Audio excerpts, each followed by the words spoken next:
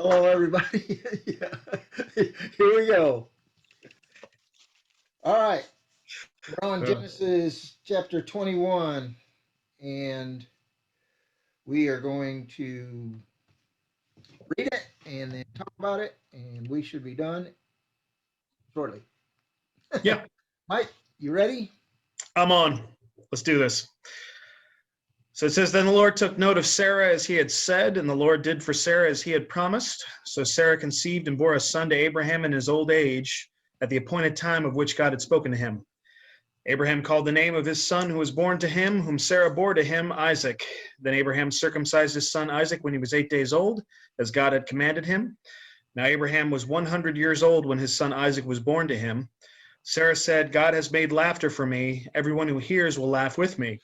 And she said, Who would have said to Abraham that Sarah would nurse children? Yet I have borne him a son in his old age. The child grew and was weaned, and Abraham made a great feast on the day that Isaac was weaned. Now Sarah saw the son of Hagar, the Egyptian, whom she had borne to Abraham, mocking. Therefore she said to Abraham, Drive out this maid and her son, for the son of this maid shall not be an heir with my son Isaac. The matter distressed Abraham greatly because of his son. But God said to Abraham, Do not be distressed because of the lad and your maid. Whatever Sarah tells you, listen to her, for through Isaac your descendants shall be named. And of the son of the maid I will make a nation also, because he is your descendant.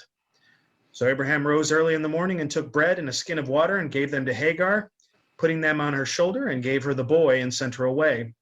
And she departed and wandered about in the wilderness of Beersheba. When the water in the skin was used up, she left the boy under one of the bushes. Then she went and sat down opposite him about a bow shot away, for she said, Do not let me see the boy die. And she sat opposite him and lifted up her voice and wept. God heard the lad crying, and the angel of God called to Hagar from heaven and said to her, What is the matter with you, Hagar? Do not fear, for God has heard the voice of the lad where he is. Arise, lift up the lad, and hold him by the hand, for I will make a great nation of him. Then God opened her eyes, and she saw a well of water, and she went and filled the skin with water and gave the lad a drink. God was with the lad, and he grew, and he lived in the wilderness and became an archer. He lived in the wilderness of Paran, and his mother took a wife for him from the land of Egypt. Now it came about at that time that Abimelech and Phicol, the commander of his army, spoke to Abraham, saying, God is with you in all that you do. Now therefore swear to me here by God that you will not deal falsely with me, or with my offspring, or with my posterity, but according to the kindness that I have shown to you, you shall show to me and to the land in which you have sojourned. Abraham said, I swear it. But Abraham complained to Abimelech because of the well of water which the servants of Abimelech had seized. And Abimelech said, I do not know who has done this thing. You did not tell me, nor did I hear of it until today. Abraham took sheep and oxen and gave them to Abimelech, and the two of them made a covenant. Then Abraham set 7 ewe lambs of the flock by themselves. Abimelech said to Abraham, What do these 7 ewe lambs mean which you have set by themselves? He said, You shall take these 7 ewe lambs from my hand, so that it may be a witness to me that I dug this well. Therefore he called that place Beersheba, because there the two of them took an oath. So they made a covenant at Beersheba, and Abimelech and Phicol, the commander of his army, arose and returned to the land of the Philistines. Abraham planted a tamarisk tree at Beersheba, and there he called on the name of the Lord, the everlasting God. And Abraham sojourned in the land of the Philistines for many days. So, quick read on that one. Yeah. Yeah. So, There's a lot in there, though. There's. Yep. So, Sarah, it happens. This promised, situation when the angel of the Lord visited Abraham face to face and said that in a year when I return that you'll have a son. It has happened. His promise has been fulfilled. Isaac was born, and Abraham's 100 years old. Yeah, and she's 90. Yeah, right. 90, 91. Somewhere in there. Yeah. I think she's just north of 90. So yeah. So. And one of the interesting things they don't really discuss in here what went on throughout that pregnancy. No. Now you can, but we can imagine and speculate that there was a lot of awe, maybe, because this is really happening. Yeah. You know, here I am. I've been barren for 90 years, Right. and now I'm having a child because God said I was going to have a child. Well, Now, that might have helped the overall thing because I mean the hormone cycle of younger women can be quite difficult when they're yeah. pregnant. You can only imagine what the hormone cycle of a 90-plus-year-old woman who has gone beyond the manner of women, and has become, so Yeah. being that she was beyond the manner of women, what does that mean? That was pretty much wiped out? Was she easier to deal with? I don't know. It's a good question, So Yeah. it's But it's almost like God was like, look, Abraham, you know, I know you want to have kids and stuff like you're young. She's been barren. It hasn't worked out, but trust me, she's going to be much easier to deal with when she's 90. Trust me. I know what I'm doing. I know what I'm doing. What this says to us, though, to me, what this says to us is when God promises something, it doesn't matter what's going on. If God's promises it, it's going to happen. Yeah. So There is no obstacle that can stop it. There's nothing that can exactly. get in the way. It will be done. You know, how often do we say, I know I've said it many times myself, I'm too old anymore. Right. That's not going to happen, blah, blah, blah. Right. If God's promised it, if God's made a promise, it's going to happen. And in this case, Sarah, when she laughed when she first heard that God say you're going to have a child. Yeah. I'm sure it was kind of like a Yeah. probably couldn't, when you accidentally hear a joke and you spit water, if you happen to be having some sort of liquid in it, it's like involuntary. Sure, Yeah. it was like what? Yeah. Yeah, it's insane. But I mean, this is just the first section. We're just in Genesis. This book is full of those things. Right. It just shows you that the promises of God are even more secure than the sun rising, every day. It's more sure than that. So, and the entire book declares and proclaims God's sovereignty. right. If God says it's going to happen, then it's going to happen. And no matter what we do to try to stop it, guess what? It's going to happen. God is sovereign. God is going to do what God knows needs to be done, and it's going to happen. The Sarah, it says that she, in verse 6, God has made laughter for me. Right. Everyone hears will laugh over me.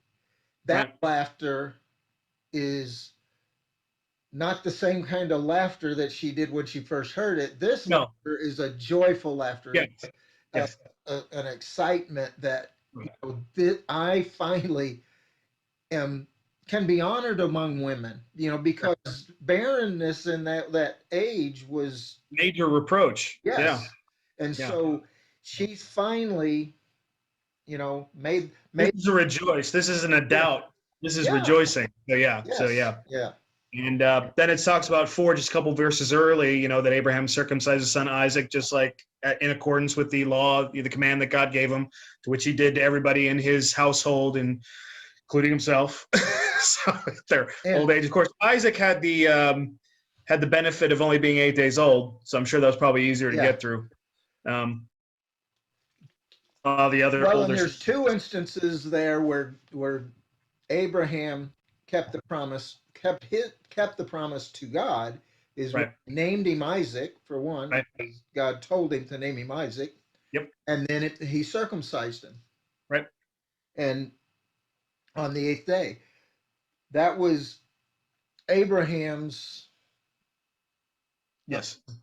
His response, his faithful response to what he's being commanded to do. So yeah. I'm having a hard time finding words today. I don't know why. So just bear with me. That's why there's two of us. So, when one loses it, the other one can pick it up, at least or drops it, we hope anyway. So, so she's happy. So, yet she's born, I'm a son in old age. It's unbelievable, but it has happened. There's a lot of rejoicing there. So obviously, Isaac's has grown. He's been weaned, which, I read in a commentary they could be as old as 2 to 3 years old when they're weaned, fully weaned. And once he was, of course, Abraham puts together a great feast, which I'm sure becomes a regular kind of, That was a traditional cultural, thing. yeah, Cultural thing. cultural Yeah. thing, I think. And of course, so Sarah's, already's been a little touchy with Hagar as it is, because, even though Sarah's idea to give Yeah. Hagar to Abraham to facilitate the, him having an heir situation, as God is, going, extra, going around God's, plan, figuring that could help things out a little bit. So she's been touchy with Hagar, quite since that happened. So because of the reproach of her inability to bear children. So now, during this feast, Sarah happens to catch Hagar's son, Ishmael, as it says, mocking, scoffing, other terms, laughing. Yeah. Yes, about this whole thing, so, because I'm sure the other, there's not the only one who's kind of astonished. Is like, probably, I'm sure they're probably like how silly it is that this 90-plus-year-old woman just had a baby. Yeah. So, and so, again, because Sarah's already kind of touchy with the whole situation.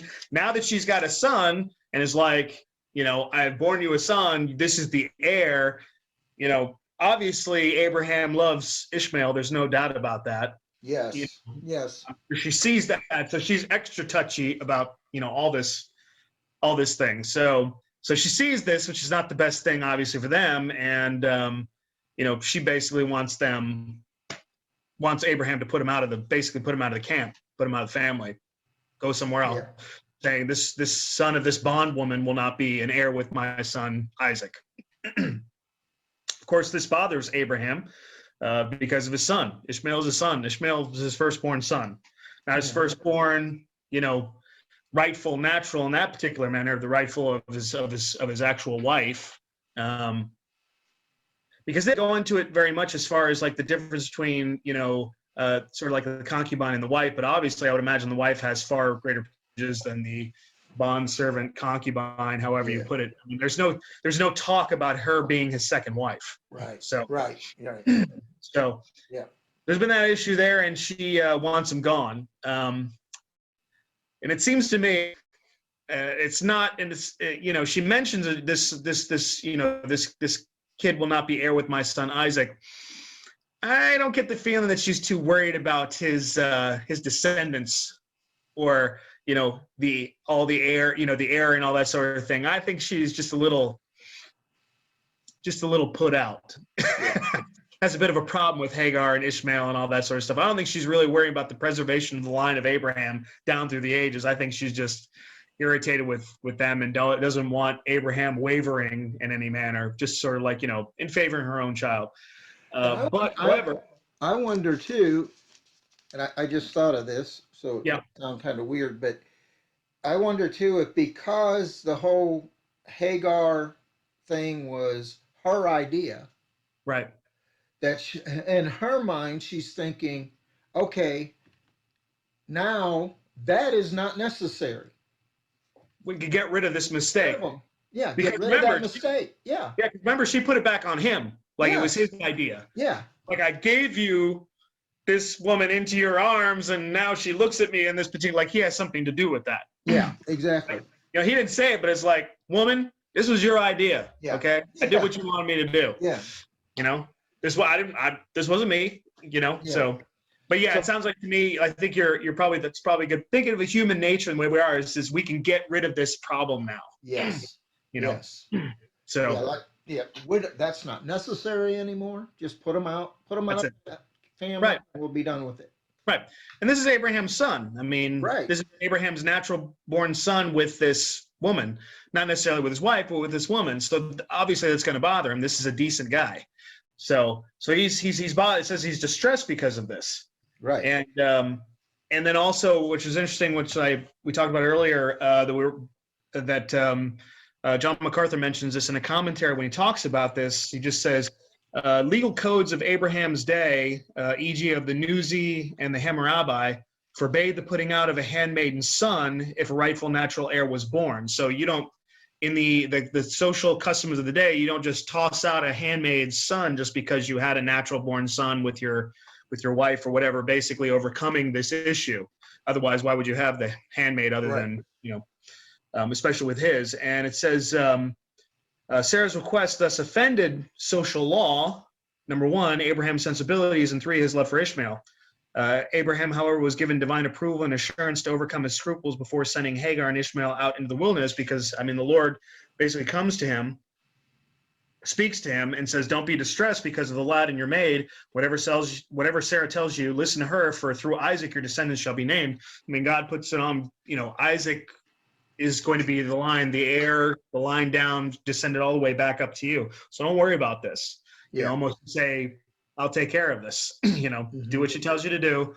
He is the heir. There doesn't need to be a wavering, between who, because Ishmael's been around for a while. When this happens, there's a mention that he's probably about 17 years old. So they keep referring to him as a boy and a lad, but he's really not that much of a boy, let's just say 17 years of age then is a heck of a lot different than 17 years of age now. Right. But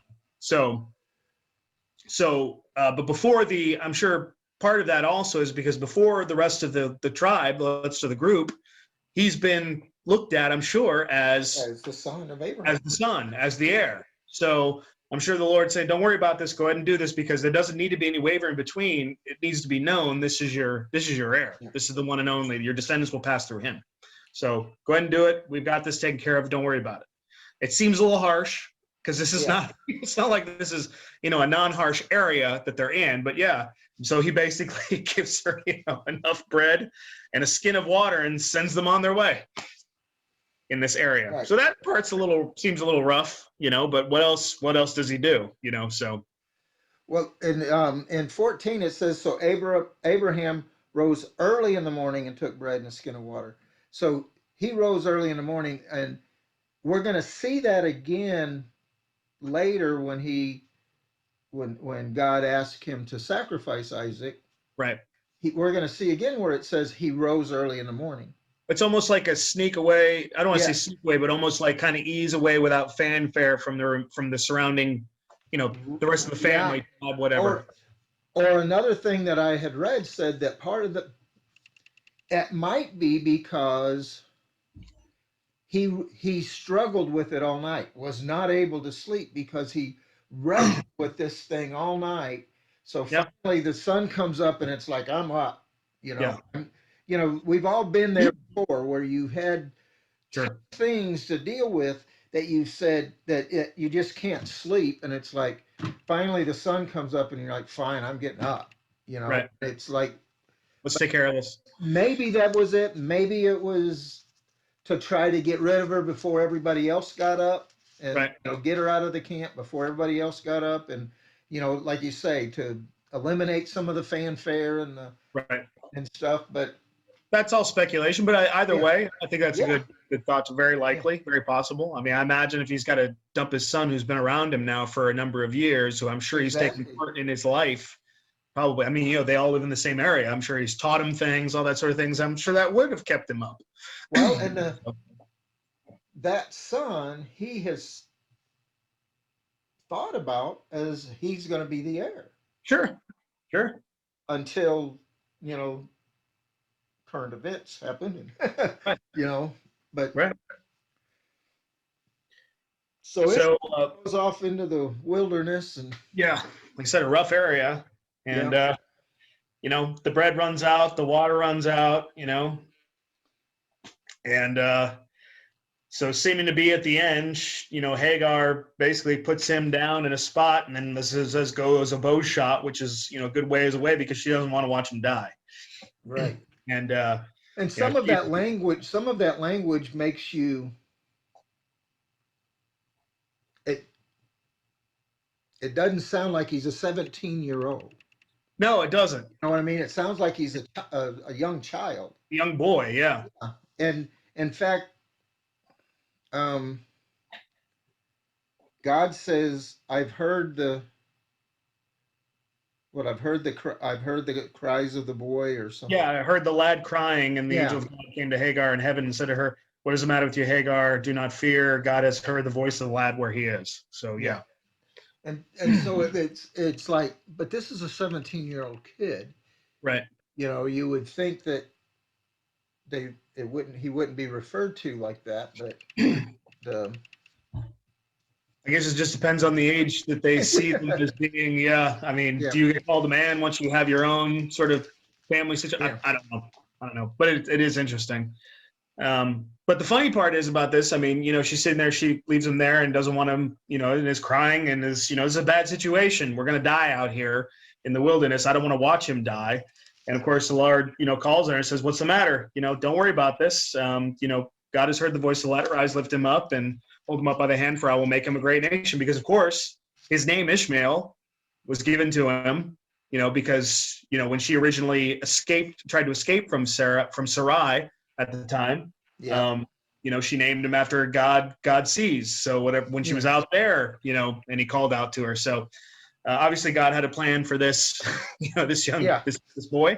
So, even goes on to his name. But of course, when you're sit out there, dying of thirst and, more thirst than hunger, which comes on a lot faster in a wilderness area that's not all that great. I mean, when you talk to most people in this country, wilderness, they're thinking like, oh, trees, all that kind. No, I don't think that's the area. no, I think it's deserty, so yeah, and nasty.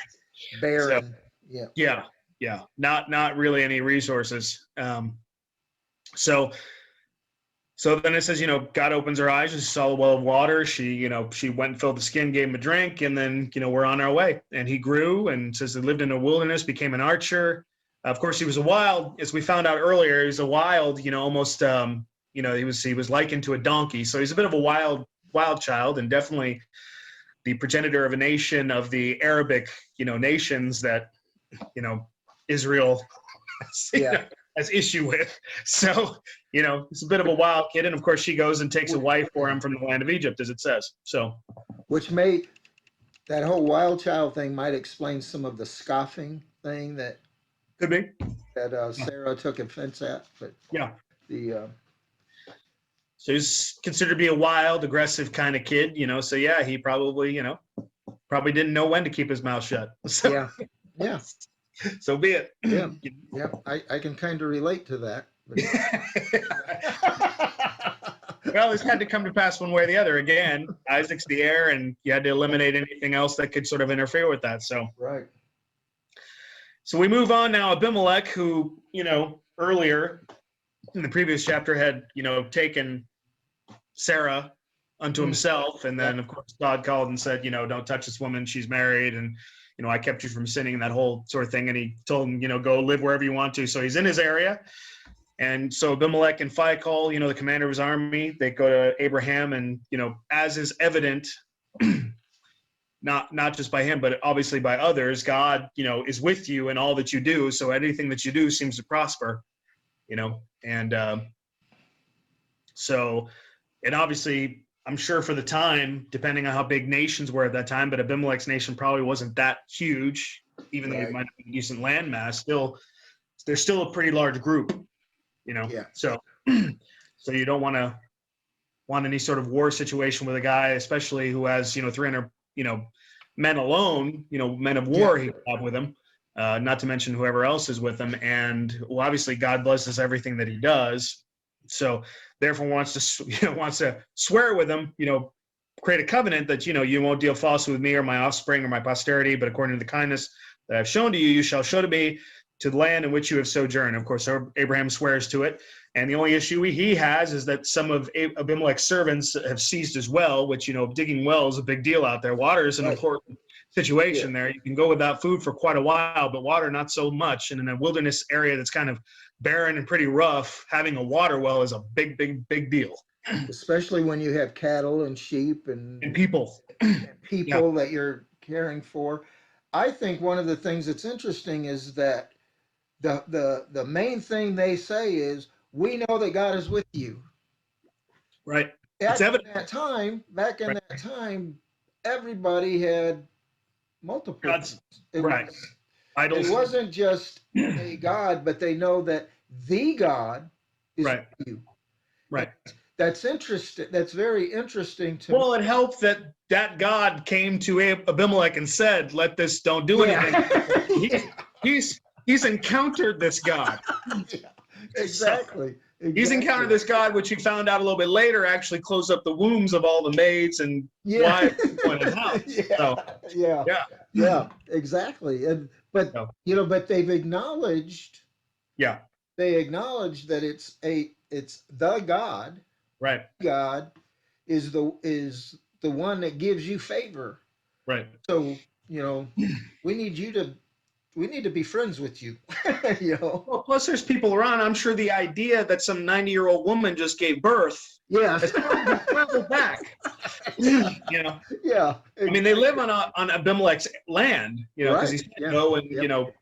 take the choices of the land, whatever you want, just get out of here, So, so I'm sure that made its way back. Yeah. Yeah. So, yeah, Exactly. Yeah. Pretty crazy. yeah. It's like this God can do some stuff. We Yeah. better. Exactly. Yeah. So, And then this whole deal about the well and the 7 U's. right. The And he even asked Abraham, what's the deal with these 7 U's? Mhm. So that Abraham explained to him that. Right. Well, even before that, when you go to 27, it says he took sheep and oxen and gave them Abimelech, and the two of them made a covenant, which basically, if they made a covenant, he probably gave the sheep to basically a blood covenant right there, with each other. Like, this is a serious deal. Yeah. Yeah. And then Most probably like if I break this covenant, what happens to this? Yeah. May what happens to this thing happen to me? So this is serious. Yeah. But then he brought the 7 ewe lambs, right? Right. Then after that, right. And then and it was all about the well. Right. It's like a payment. I know, I have given you these. You recognize that this is my well. I dug this. Here's the payment, or like the thing that says, I know, I've given you this to acknowledge the fact that this is my well. Yeah. You accept these lambs is your acknowledgement that that's my well. Right. So yeah. You waive all rights to this well. It's almost like, like a lawyer thing. Upon acceptance of this check, you now no longer hold liable, all that kind of stuff. Yeah. So, yeah, that's right. Same thing. Upon acceptance of this gift, yes. So yes. Yeah. You accept that. That's your yes. That's your stamp. Yep. That's it. So, and it says they called that place Beersheba because the two of them took an oath there. And so they made that covenant at Beersheba. And, Abimelech and Phicol, they returned to the land of the Philistines, and Abraham plants a tamarisk tree at Beersheba, and there he called on the name of the Lord, the everlasting God. So obviously he planted that. I mean, they called it Beersheba with a covenant, but he planted the tamarisk tree more of the belief that, and he called upon the name of the Lord there. So obviously he worshiped there, and that's almost like, a remembrance of the covenant between him and more him and God, like an everlasting, constant reminder, of that covenant. And it says Abraham sojourned in the land of Philistines for many days. So, so he was obviously in that area for quite a while. All right. And that's that. Good. I never hit the timer, so I have no idea how long we just went, but probably wasn't too long. 28 minutes. Oh, yeah? Okay. Not too bad. Not too bad for us. Yeah. We try to keep them between 20 and 30 for those of you that may be listening to this. So, yeah. Whoever cares. Yeah. I'm sure some of you, it doesn't really matter, but we try to keep them shorter, but before we started this, I was the one who said, there's not a whole lot to this 28 minutes later. Yeah. Well, and the thing is when you start breaking down each component of it and start looking at it, then other things come up and it's like, hey, what about this? What about that? What about that? Yeah. Yeah. So all right, good stuff. We're glad you're watching, and please leave comments. Let us know what you guys are thinking. If the good, bad, indifferent. Yeah, whatever. And we our main goal is to get you into the Word of God. Mm-hmm. Our main goal, get you reading it. Reading it and studying it on your own. That's the way you know God. That's the way you hear from God, is through His Word. You're not going to hear from God by some mystic chanting or something. You're going to hear from God by reading and studying His Word. Yeah. The Reading is fundamental. I've got I got 5 Bibles, 6 Bibles within view right here. Hmm. They're all different versions. They're all different study Bibles. That's the way I study the Bible. I look at different things and I figure it out. Do that and leave us comments. Tell us what you're studying. Help us to help you in your journey. That's what it's all about. That's what it means in Hebrews when it says don't forsake the assembly of the saints. Is we help each other. We get together and we work together. All right. I'm All out. right. Get anything else, Michael? Nope. That's All it. right. See you when we see you. Bye.